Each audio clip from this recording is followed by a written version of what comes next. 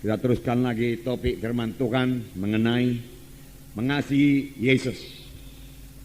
Mengasihi Yesus. Kita melihat lagi ciri-ciri dari anak Tuhan yang mengasihi Yesus. Ada tanda-tanda dari anak-anak Tuhan yang mengasihi Yesus. Apalagi kalau dia mengasihi Yesus dengan segenap rohnya, dengan segenap jiwanya, dan dengan segenap kekuatannya. Dengan segenap jiwa, saudaraku, yaitu dengan segenap pikiran kita selalu mengingat Yesus. Dengan emosi kita rindu kepada Tuhan Yesus, saudaraku. Dan dengan kehendak kita memang kita suka mengasihi Tuhan Yesus. Inilah hukum yang terutama dan hukum yang terbesar firman Tuhan berkata, saudaraku. Kali ini kita lihat satu ciri lagi, saudaraku, yaitu jika kita mengasihi Tuhan Yesus, kita suka berkorban buat dia. Tidak ada yang berat untuk dikorbankan buat Tuhan Yesus, saudaraku. Sebenarnya, saudaraku, korban kita itu dibanding dengan kasih Tuhan tidak akan pernah sebanding. Tuhan telah memberikan kasih-Nya yang luar biasa kepada kita. Bahkan pada waktu kita masih dalam dosa. Buku 1 Yohanes 4 ayat 19 berkata, kita mengasihi karena Allah lebih dahulu mengasihi kita. Kita patut mengasihi Tuhan karena Tuhan telah lebih dahulu mengasihi saudara, mengasihi saya. Dia mengasihi kita, saudaraku, dengan menggantikan kita dihukum supaya kita jangan dihukum. Dia dijadikan dosa supaya kita jadi kebenaran. Dialah substitusi kita, ganti kita. Itulah sebabnya kita diselamatkan oleh Tuhan Yesus. Dan sesudah selamat, Tuhan mengangkat semua kutuk dosa daripada kita dan memberikan kepada kita berkat Abraham. Sehingga kita berada sebagaimana kita ada sekarang. Saudaraku, kita patut mengasihi Tuhan kalau kita ingat dari mana kita dahulu diangkat oleh Tuhan. Dari kematian rohani. Firman Tuhan berkata, dahulu kamu mati oleh sebab segala kesalahan dan dosamu. Kita berjalan dalam kegelapan, tidak ada iman, tidak ada pengharapan, tidak ada hidup. Inilah yang paling parah, tidak ada hidup yang kekal. Tetapi Tuhan telah memberikan kepada kita hidup yang kekal dengan korban yang sangat besar, yaitu Allah memberikan anaknya sendiri, saudaraku. Karena Yesus, saudaraku, dosa kita diampuni, saudaraku, dan Tuhan memberikan lagi kepada kita Roh Kudus yang memimpin kita pada segala kebenaran. Pada segala kebenaran. Sesudah itu Roh Kudus, saudaraku, terus memimpinkan kita hari lepas hari. Firman Tuhan berkata Roh Kudus memimpin kita pada segala kebenaran. Firman Tuhan berkata bahwasanya setelah kita dibentuk terus hari lepas hari menjadi bertambah, hari bertambah seperti Yesus. Kita harus berubah kalau kita mau mengikut Yesus. Kita harus berubah dalam pemikiran kita kalau kita mau mengikut Yesus. Dan sampai kepada panggilan Tuhan Yesus. Kita harus berubah dalam karakter kita, tingkah laku kita, kalau kita mau, saudaraku, memuridkan orang lain, saudaraku. Karena memberi teladan adalah yang paling perlu dalam memuridkan orang lain. Kita tidak bisa memuridkan orang lain dengan mengajar saja, tidak. Orang lain melihat hidup kita yang berubah, pemikiran kita yang berubah. Orang lain harus melihat hidup kita yang suci. Dan ini terjadi kepada kita pada waktu Roh Kudus menyadarkan kita ini orang berdoa, kita ini memiliki lagi karakter-karakter yang diubahkan dan kita mau diubahkan dengan bertobat, Jadi bertobat ini, saudaraku, bukannya pada waktu kita menerima Yesus saja. Bertobat, saudaraku, kita laksanakan sepanjang kita di dunia ini. Saudara, pada hari Minggu kita dengarkan satu gaya hidup yang baru, yaitu gaya hidup yang bersekutu dengan Tuhan Yesus. Gaya hidup, saudaraku, yang berkata-kata dengan Tuhan Yesus, saudaraku, selalu. Gaya hidup berdoa, gaya hidup yang mengingat Yesus, saudaraku. Saudara, satu lagi, saudaraku, saya tambahkan kepada saudara, gaya hidup bertobat. Apa, saudaraku? Gaya hidup bertobat. Kapan Roh Kudus, saudaraku, menegurkan ada sesuatu dalam hati kita yang tidak turut dengan kehendak Tuhan, segera kita bertobat, kita tinggalkan.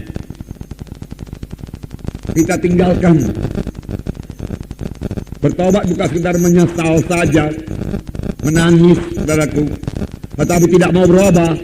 Bukan, saudaraku. Banyak, saudaraku, penjahat-penjahat, saudaraku, pencuri, perampok yang ditangkap oleh polisi, kemudian dimasukkan dalam penjara, dia menangis. Dia menyesal, bahkan dia menyesal. Tetapi dia sama sekali tidak mau meninggalkan, saudaraku, kejahatannya itu.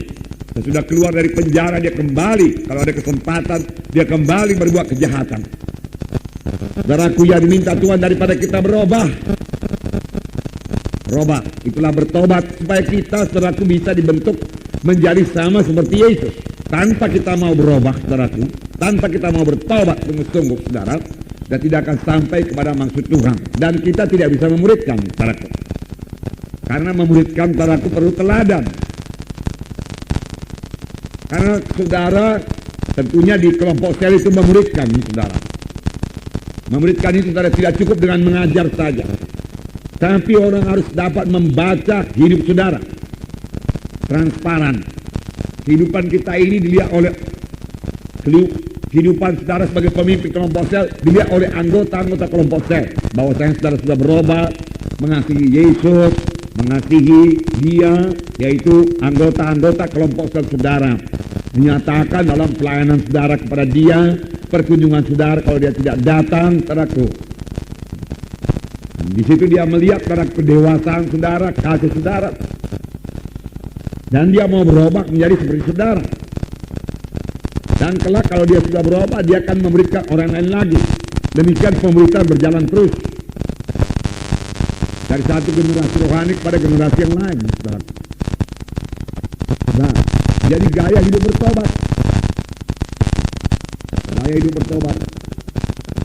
Yang meninggalkan segala kebencian Tuhan, yang meninggalkan semua yang tidak berkenan kepada Tuhan, yang meninggalkan semua tabiat-tabiat lama, yang tegurkan Tuhan kepada kita tinggalkan.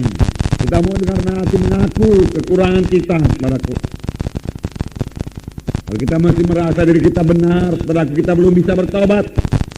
Kalau kita merasa diri kita lebih baik daripada yang lain, kita tidak bisa bertobat. Bertobatlah kamu sebab kerajaan surga sudah dekat. Di manakah Yohanes mengajar? Padang belantara, saudara baca. Dan orang-orang datang padang belantara untuk mengaku dosa dan bertobat dan dibaptis sungai Jordan. Saudara, dan ketika orang Farisi dan Saduki datang kepadanya, saudaraku, Yohanes Pembaptis berkata, keluarkanlah buah-buah yang berpadan dengan pertobatan. Karena orang Farisi ini orang yang sangat beragama. Dia mengatakan dirinya itu mematuhi hukum Taurat, tetapi buahnya tidak ada. Buah pertobatan tidak kelihatan. Namanya saja, saudaraku, beragama. Saudara, agama Kristen tidak menyelamatkan, saudaraku. Gereja, saudaraku, tidak menyelamatkan. Yang menyelamatkan yaitu Tuhan Yesus. Amin, saudara. Siapa yang memiliki Yesus, saudaraku, percaya kepada Tuhan Yesus, dia akan diselamatkan. Dia beroleh hidup yang kekal. Namun arti percaya kepada Tuhan Yesus berarti juga bertobat. Betul, saudaraku? Seseorang itu kalau dia mau selamat, dia tidak cukup berkata, saya percaya padamu Tuhan Yesus, tapi aku tetap tinggal dalam kejahatanku. Aku tetap menyembah berhala. Aku mau pakai ajimat, Tuhan. Aku mau hidup berlajat-lajat. Aku mau hidup memuaskan hawa nafsuku semua, Tuhan. Tapi aku percaya padamu, Tuhan. Aku percaya. Yang demikian tidak akan selamat, saudara. Arti percaya kepada Tuhan Yesus, saudaraku, yaitu meninggalkan semua dosa, bertobat, dan datang kepada Tuhan Yesus. Sama seperti anak yang hilang, meninggalkan kandang babi, saudaraku, ya, dan kembali ke rumah bapaknya. Dia berbalik. Dia sudah sadar dan dia percaya di rumah bapaknya, saudara, orang gajinya, kuli-kuli bapaknya makan berlimpah-limpah. Tapi aku di sini mati kelaparan. Dia percaya kalau dia pulang dia akan makan. Tapi dia harus bertobat. Dia harus meninggalkan kandang babi itu. Dan dia kembali ke rumah bapaknya. Demikianlah pada seorang yang mau diselamatkan. Dia harus bertobat. Dia meninggalkan semua dosa. Ini yang pertama kali waktu menerima Yesus sebagai Tuhan dan Juru Selamat. Yaitu bertobat. Tetapi sesudah itu, saudara, kita harus terus-menerus bertobat. Gaya hidup yang bertobat. dari apa saja yang belum berkenan kepada Tuhan, dari apa saja yang belum surut dengan firman Tuhan, kita perlu bertobat. Amin, saudara. Tinggalkan sungguh-sungguh. Tinggalkan. Lalu kita dibentuk menjadi seperti dengan Yesus. Baru bisa bentukan berlaku. Memang gak enak itu bertobat, saudaraku. Memang bentukan itu gak enak. Melalui penderitaan, saudaraku. Tapi kita harus mengangkat salib kalau kita mau mengikut Yesus. Nah, puji Tuhan, saudaraku. Dan itu pantas kita laksanakan, saudaraku, karena kasih Tuhan sangatlah luar biasa diberikannya kepada kita. Pengorbanannya sangatlah luar biasa. Tanda kasihnya kepada kita. Tuhan berkorban luar biasa. Sorga berkorban luar biasa. Sebabnya pada hari ini kita juga, saudaraku, tanda kita mengasihi Tuhan Yesus, kita juga rela berkorban luar biasa, saudaraku, pada Tuhan, saudaraku. Nah, Tuhan mengendaki, saudaraku, supaya kita mengenal kasih-Nya ini, supaya, saudaraku, kita tidak mudah digoyahkan oleh apapun juga. Efesus pasal 3, ya. Saudara, supaya kalau ada goncangan pun, saudara, kita tidak mundur, saudara, ya. Kita tetap mengaku Yesus sebagai Tuhan dan Juru Selamat. Kita mengaku Yesus, saudara, dan berdiri, saudara, di atas firman Tuhan. Nah, Efesus pasal 3 ayat 14 sampai 19. Mari kita baca bersama-sama. Efesus pasal 3 ayat 14 sampai 19. Itulah sebabnya aku sujud kepada Bapa, yang daripadanya semua turunan yang ada di dalam sorga dan di atas bumi menerima namanya. Aku berdoa supaya Ia menurut kekayaan kemuliaannya menguatkan dan meneguhkan kamu oleh rohnya di dalam batinmu, sehingga oleh imanmu Kristus diam dalam hatimu dan kamu berakar serta berdasar di dalam kasih. Aku berdoa supaya kamu bersama-sama dengan segala orang kudus dapat memahami betapa lebarnya dan panjangnya dan tingginya dan dalamnya kasih Kristus, dan dapat mengenal kasih itu sekalipun ia melampaui segala pengetahuan. Aku berdoa supaya kamu dipenuhi di dalam seluruh kepenuhan Allah. Nah, inilah doa Paulus, saudaraku, supaya kamu bersama-sama dengan segala orang kudus dapat memahami, supaya kita paham betapa lebarnya kasih Kristus, betapa panjangnya kasih Kristus, betapa tingginya kasih Kristus, dan betapa dalamnya kasih Kristus yang melampaui akal pengetahuan ini. Bagaimana pula kita mengerti kalau melampaui akal kita ini, saudara? Saudara, kita bisa mengerti dengan wahyu Roh Kudus, amin, saudara, yang menyatakannya kepada roh kita. Nah, kita bisa mengerti betapa besarnya kasih Kristus, betapa dalamnya kasih Kristus, betapa tingginya kasih Kristus, betapa lebarnya kasih Kristus, betapa panjangnya kasih Kristus. Luar biasa.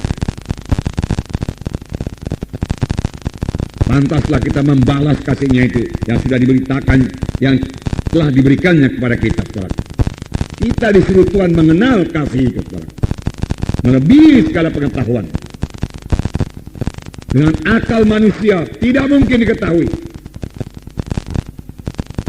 tapi Roh Kudus bisa menolong kita. Amin, saudara. Roh Kudus menyatakannya kepada roh saya, Tuhan sangat mengasihi engkau. Tuhan telah menebus engkau dengan harga yang mahal sekali.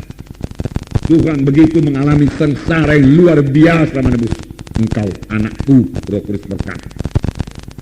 Bahkan untuk engkau sendiri pun Tuhan semua mati. Memang demikian, saudara. Karena kamu ditebus, firman Tuhan berkata, dari cara hidupmu yang sia-sia, bukan dengan emas dan perak, tapi kamu ditebus dengan darah yang mahal, darah anak domba yang tidak bercacat celah, yaitu darah Yesus menebus saudara. Darah Allah sendiri dicurahkan, saudara. Roh Kudus boleh menerangkannya kepada kita. Ada dua perumpamaan dalam hal ini. Mari kita lihat, saudara. Matius 13 ayat 44 sampai 46. Matius 13 ayat 44 sampai 46. Matius 13 ayat 44 sampai 46. Mari kita baca bersama-sama. Saudaraku, inilah kasih Kristus. Tuhan Yesus memberikan perumpamaan supaya kita mengerti.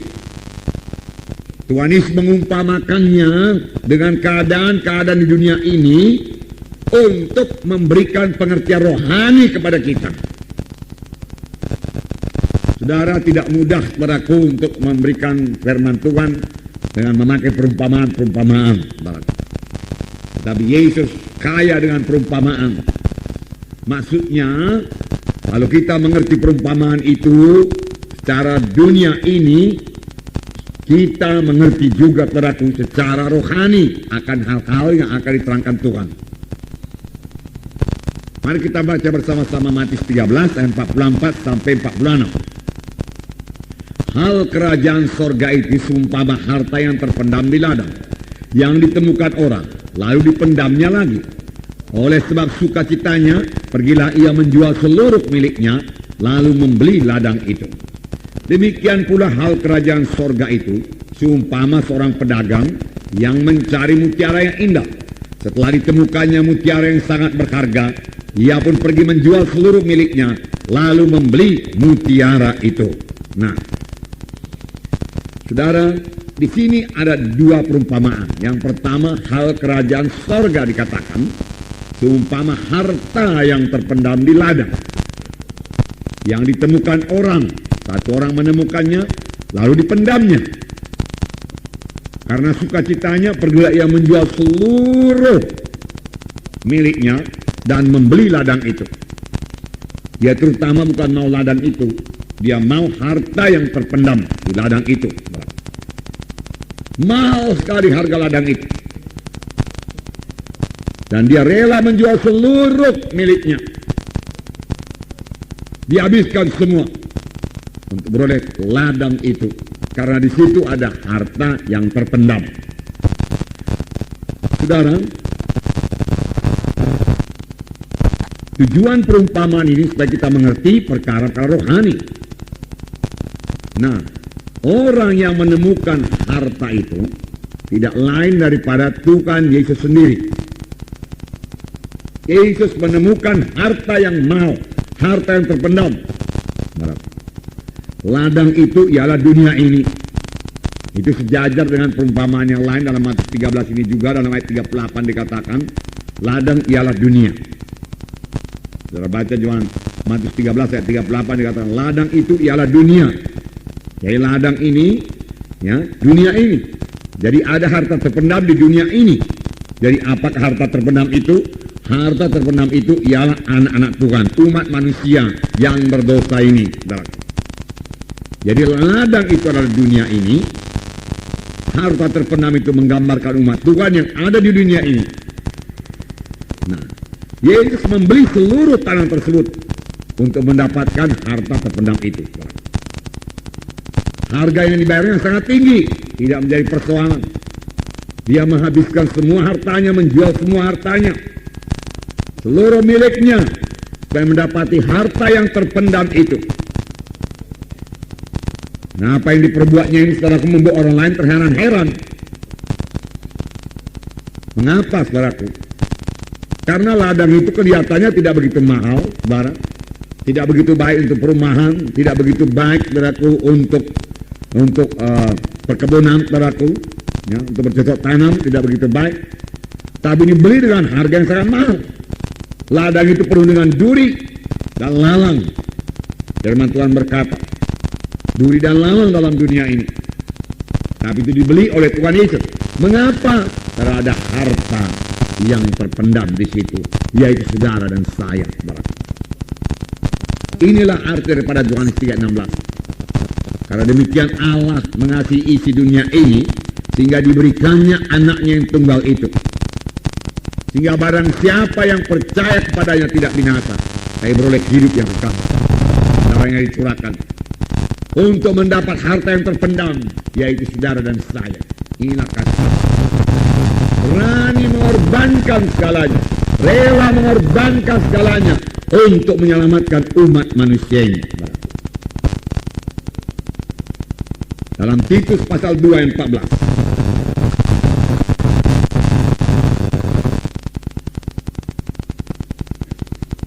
Titus 2 ayat 14 saya bacakan pada saudara. Ayat 14. Yang telah menyerahkan dirinya bagi kita untuk membebaskan kita dari segala kejahatan dan untuk menguduskan bagi dirinya suatu umat kepunyaan sendiri yang rajin berbuat baik.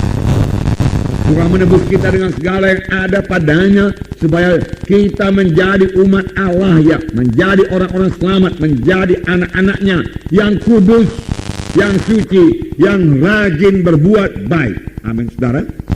Rajin berbuat baik. Haleluya. Dia menyerahkan diri, dia menyerahkan seluruh yang ada padanya untuk mendapatkan saudara, untuk mendapatkan saya, supaya kita yang sudah terhilang ini dan ditebusnya dengan seluruh harta miliknya, supaya kita menjadi umat kepunyaannya, karena dia beli ladang itu semua untuk mendapatkan harta yang terpenam. Kemudian dalam perumpamaan yang kedua tadi, Matius pasal 13, saudara, perumpamaan yang kedua adalah mutiara. Saya bacakan lagi. Demikian pula hal kerajaan sorga itu seumpama seorang pedagang yang mencari mutiara yang indah. Diumpamakan dengan mutiara yang indah. Setelah ditemukannya mutiara yang sangat berharga, ia pun pergi menjual seluruh miliknya, lalu membeli mutiara itu. Mutiara itu ialah umat Tuhan.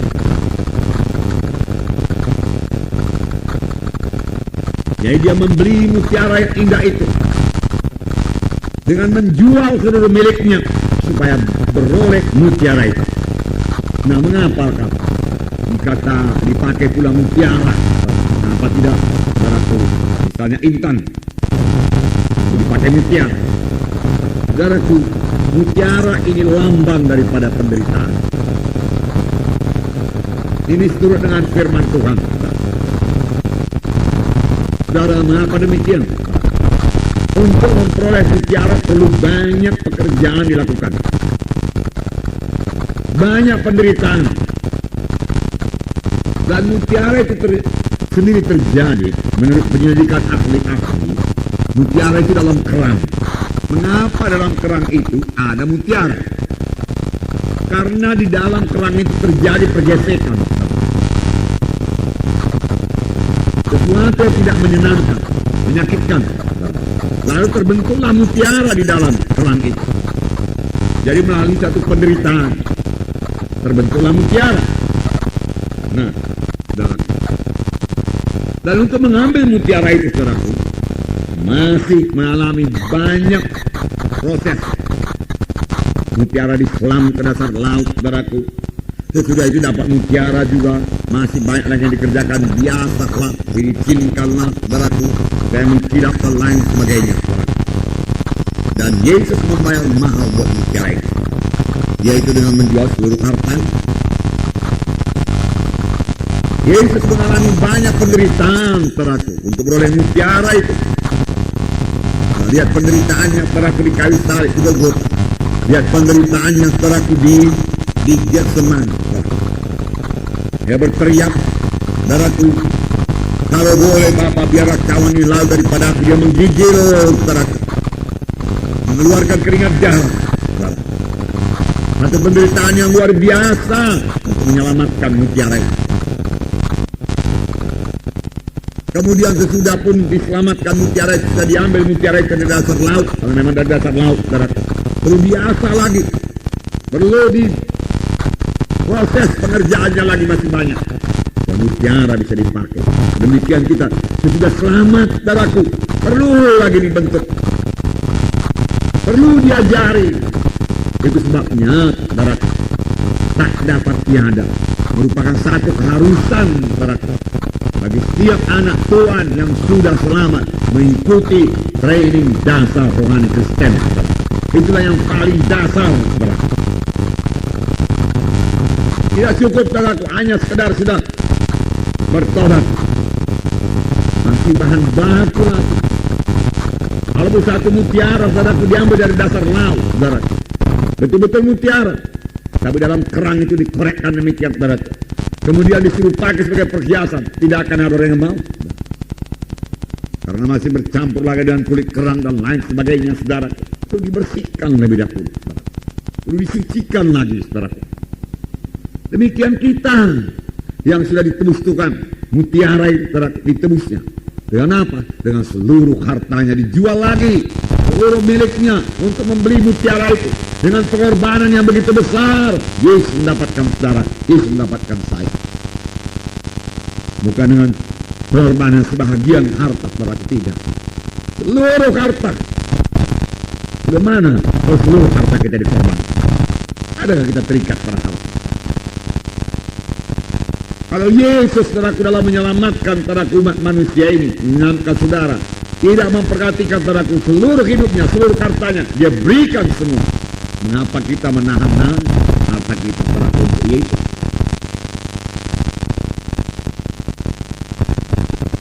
Benarkah kita sudah membalas kasih Yesus, menanggapi kasih Yesus, saudaraku?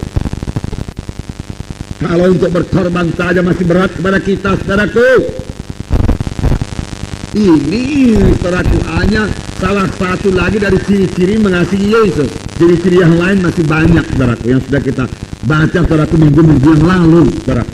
Salah satu yang saya sampaikan kepada saudara pada hari ini, tanda kita mengasihi Yesus, kita rela berkorban. Amin. Karena Tuhan Yesus sudah lebih dahulu berkorban dengan sangat besar, sangat luar biasa kepada kita, mengorbankan seluruh yang ada padanya. Dia berikan kepada kita.